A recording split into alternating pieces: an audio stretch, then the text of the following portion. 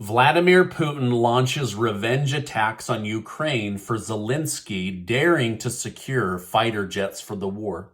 The United Kingdom walks back their willingness to provide jets, and I'll tell you why. Elon Musk turns off satellite internet over Ukraine, and the US military shoots down an unidentified aerial object over Alaska. Thank you so much for liking and sharing these videos. It really helps me out, and I'm just so grateful for each and every one of you. Also, at the end of this video, I'm going to tell you how to register to be one of the winners of the $10,000 in cash that Casey and I are giving away to people that watch me right here on YouTube. Plus, I have a new free report for you. Many of you have enjoyed buying the mining stocks that I've told you about over the last year, and I've got a free report that talks about how these are going to boom when the market turns back, and they will outperform silver and gold, and I have a free report for you on that. Now, the balloon from China was finally studied, and it is in fact a spy balloon. The balloon captured images and had antennas, which allowed it to gather communication data. This incident was reportedly part of a large operation where China has been spying with balloons on about 40 different countries. What we're finding is that foreign spy operations are much more common than previously thought. Many of the aerial objects used for spying are just written off by world governments as UFOs or unidentified flying objects or unidentified aerial phenomena. But now, after studying it and the United States shooting it down, many countries are saying, wait a minute, I think China was spying on us and we didn't do anything about it. So they've definitely been busted for spying on global competitors all around the world. Now, based on this new revelation, you would think President Joe Biden would issue a warning to China, but he's not. However, Biden did state this isn't a major breach. Look, the total amount of intelligence gathering that's going on by every country around the world is overwhelming. So basically, he said it's not really a big deal that China spies on United States citizens, military bases. They're spying all the time, not really a big deal. So he's basically kind of trying to brush it off. Now, a lot of this has to do with the fact that the American people didn't like that he waited so long to take action against the spy balloon. So, of course, now he's trying to brush it off as being common or a weak way of spying on us. But at the end of the day, they spied on American citizens. Now, just a few hours ago, the U.S. military shot down another unidentified object over the state of Alaska using an F-22 jet. So far, the military is being tight-lipped about what this mystery object was, but one witness said it's bigger than a car. So whether this was another balloon or like a military aircraft, an airplane, it is definitely some kind of unidentified object or aerial craft, but we should get more details unless they just decide not to tell us, right? All right, now, Elon Musk has announced that he's planning to limit free internet through Starlink over the country of Ukraine. He's been carrying the bill for free internet for almost a year now at great personal expense.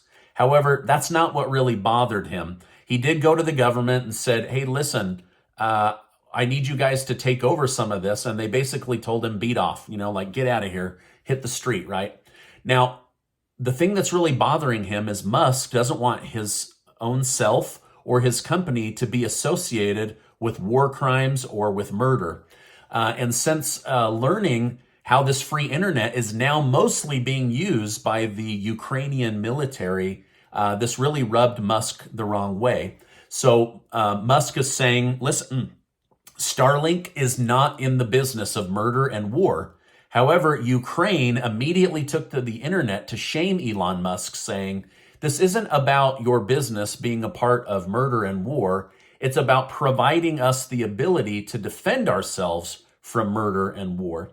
With that said, Starlink has made a public statement that they will limit the military drone use, but will allow free internet to continue so that families can communicate via Starlink. But A spokesman from Starlink said, listen, Starlink was never meant to be weaponized for war. So they're still going to allow it, but basically on a limited basis. Okay, now speaking of Ukraine and Vladimir Putin, sadly, the Russian Federation army has once again slammed Ukraine with missile attacks. Zelenskyy says this is Putin's revenge now for trying to secure jets for the war, and worries that Russia is about to turn on massive attacks against Ukraine.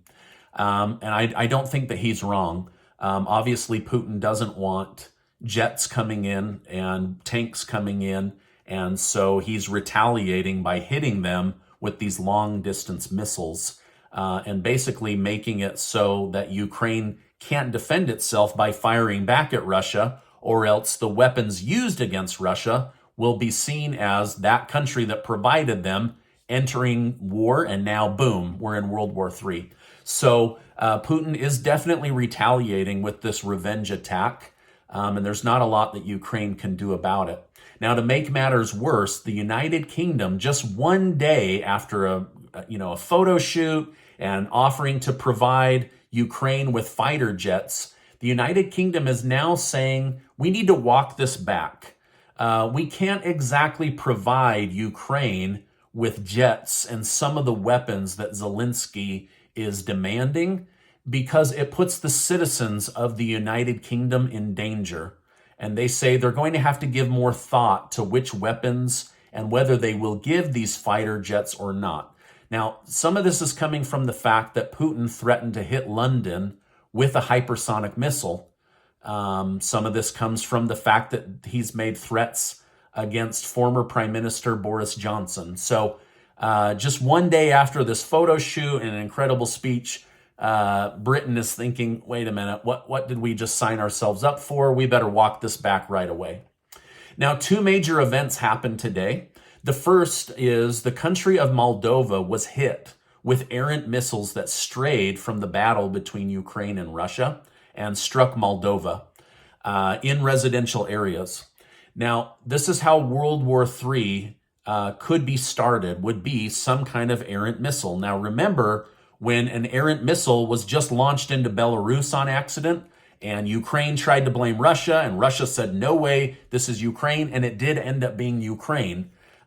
This is how something gets started, right? Like, boom, there's an accident, and next thing you know, we're at war. The second is the Prime Minister of Moldova has stated that she is stepping down. She is saying, I am not the right person to run the country right now. So Moldova is recognizing the seriousness of this becoming a multi-country war, and she does not want to be the leader if it comes to that. So she's stepping down.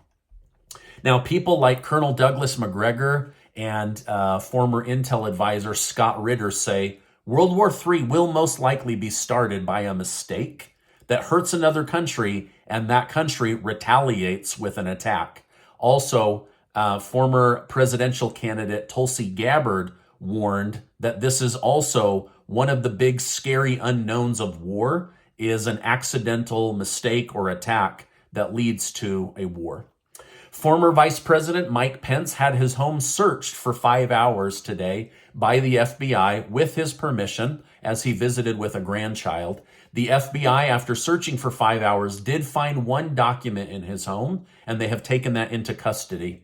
It was in a grouping of boxes that he had not opened since leaving the White House, so it appears he was unaware of it, but they have taken that document into custody.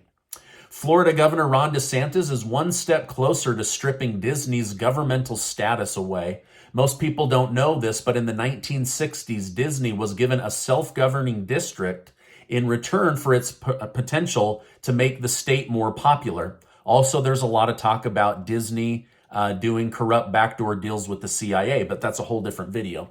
Now, after Disney spoke out against DeSantis's bill about not discussing sexual orientation with people that were in like kindergarten and first grade, he has since targeted the company. The state house approved his measure, 82 yeses to 31 noes, and this gave DeSantis the ability to take control of this district of Disney World. So more will have to come out about that, but it is hurting the Disney stock.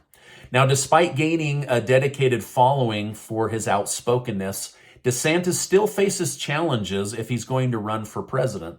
President Joe Biden views DeSantis as his main threat, as he has already defeated Trump in 2020. Trump views DeSantis as his main threat because he believes it will interfere with his ability to go head-to-head with Joe Biden for a second time. Now, this combination could be deadly for DeSantis's political career, as now Trump and Biden have reason to try to discredit Ron DeSantis and get him to not run.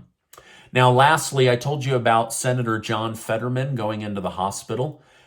He is going to be kept another night in the hospital. A spokesperson admitted that he is hearing voices in his head that sound like the teacher's voices from the cartoon Charlie Brown, basically something like that, right? So it's very sad. He had a stroke, and now I'm sure the pressure of being a politician is starting to wear down his brain, and so he is again in the hospital. Okay, now I have a powerful and short PDF to talk to you about the power of mining stocks outperforming physical gold and silver once this market starts to heat up again. I know that many of you have participated in the companies. Some of them are already wildly ahead. Others are at break even. Some of them are sitting just a little bit low, 4 to 5% down. But when the market starts booming again, what most people don't know is these mining stocks are leveraged and they usually outperform the physical commodity that they mine. And so I wanted to bring this free report to you. So I will leave a link for that in the video description and also the pinned comment. While you're down there, go ahead and take 10 seconds to get your name entered to be one of the winners of the $10,000 in cash that Casey and I are giving away thanks to super generous video sponsors. Thank you so much, video sponsors, for helping Casey and I do so much good right here to people in our YouTube community, and I'll make sure to leave a link for that down below. Now, before you go, I want to remind you that you are amazing. I really appreciate you being subscribed to my YouTube channel. Before you go, check out this super important video and get subscribed to the channel if you haven't already. Hey, there's a lot of places to get your news today, so I appreciate you stopping by, and I'll see you on the next video.